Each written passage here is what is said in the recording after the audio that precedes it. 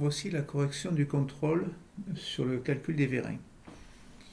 Donc pour le premier exercice, on vous demandait de calculer la surface du piston d'abord et après bien sûr le rayon puis le diamètre. Vous connaissiez la force, la pression. Donc première précaution, la force en newton, on la met en décanewton, c'est-à-dire on divise par 10. Ensuite, on utilise la formule F égale P fois S, et bon, on va juste un petit peu l'inverser, c'est-à-dire que la surface est égale à la force divisée par la pression, ce qui fait que la surface, ça fait 1400 divisé par 250, c'est-à-dire 5,6 cm². Donc, je répète mes recommandations, les précautions, dans F égale P fois S, la force c'est en décanewton, la pression en bar, et la surface, vous la mettez en cm².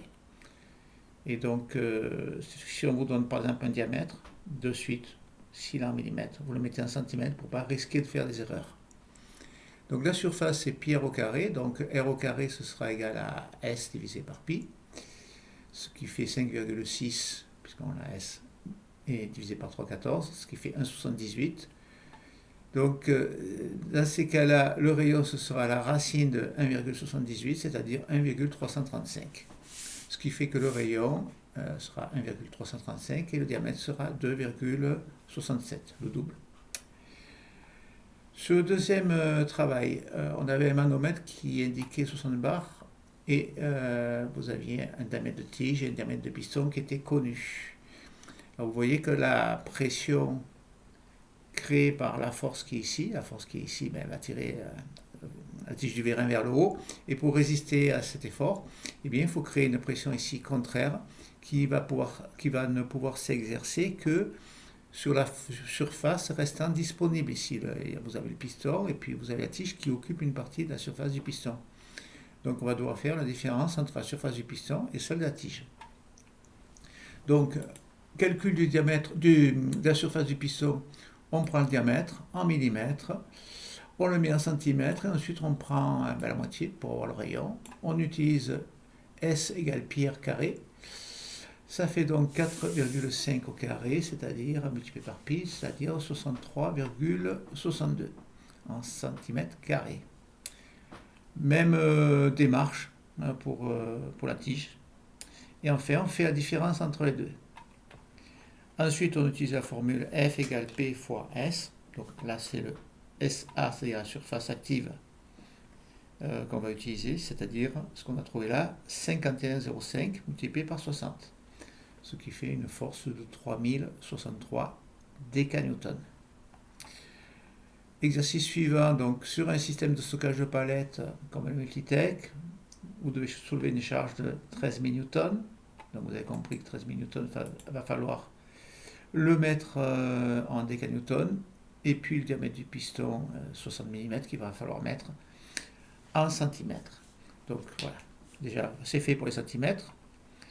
Votre rayon c'est d sur 2, donc ce sera 6 sur 2, ce sera 3 cm. Ensuite vous faites pi r carré, ce qui fera pi fois 3 au carré, pi fois 3 au carré ça fait 9, ça fait 3 fois pi fois 9, ce qui fait 28,27 cm².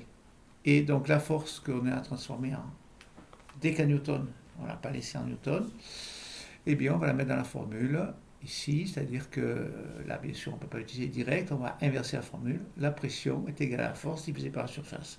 Donc votre pression ce sera 1300 divisé par 28,27, ce qui fait 45,98 bars. Dernier exercice, vous avez un pousseur en carton, sorti de chaîne de fabrication, une pression de 150 bars, un diamètre de piston de 32, sa surface, de suite vous mettez en centimètres, puis le rayon qui fait la moitié du diamètre, vous l'utilisez dans la formule pi r carré, S égale pi r carré, vous obtenez 8,042 cm. Et ensuite, pour calculer la force, vous faites une simple multiplication et vous obtenez donc 1206 ou 1206,3 décanewton.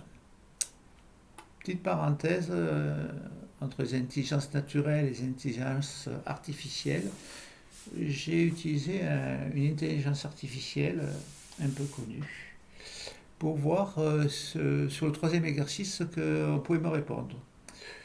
Et le départ était pas mal, on était bien lancé, il y avait des bonnes choses là. Et puis d'un coup, je vois que le résultat, ben, au lieu de trouver à peu près 46 barres, comme dans mon résultat du troisième exercice, je vois que je trouve 0, presque 0,36, on va dire. Et là, c'est quand même une surprise, parce que ça, c'est impossible. C'est impossible. La pression atmosphérique, c'est déjà un bar. C'est impossible de soulever un quelconque poids avec aussi peu. Et puis je regarde ici ce qu'ils ont marqué. Convertir la pression en bar, sachant qu'un bar est égal à 1000 newtons par centimètre carré. C'est une grosse bêtise, ça. Un bar, c'est 10 newtons par centimètre carré. Rappelez-vous, puisqu'on parle en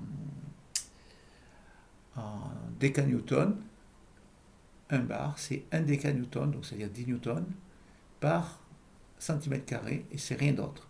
Donc vous voyez qu'il faut être très prudent avec ces intelligences artificielles et d'abord faire appel à votre intelligence naturelle, qui n'est pas forcément parfaite, mais vous êtes capable de vous autocritiquer, hein, de regarder un petit peu si vos résultats sont corrects, alors que face à ce genre d'outils, vous pensez que c'est sûr. Mais ce qui n'est pas forcément le cas, vous voyez, des fois il y a des grosses bêtises.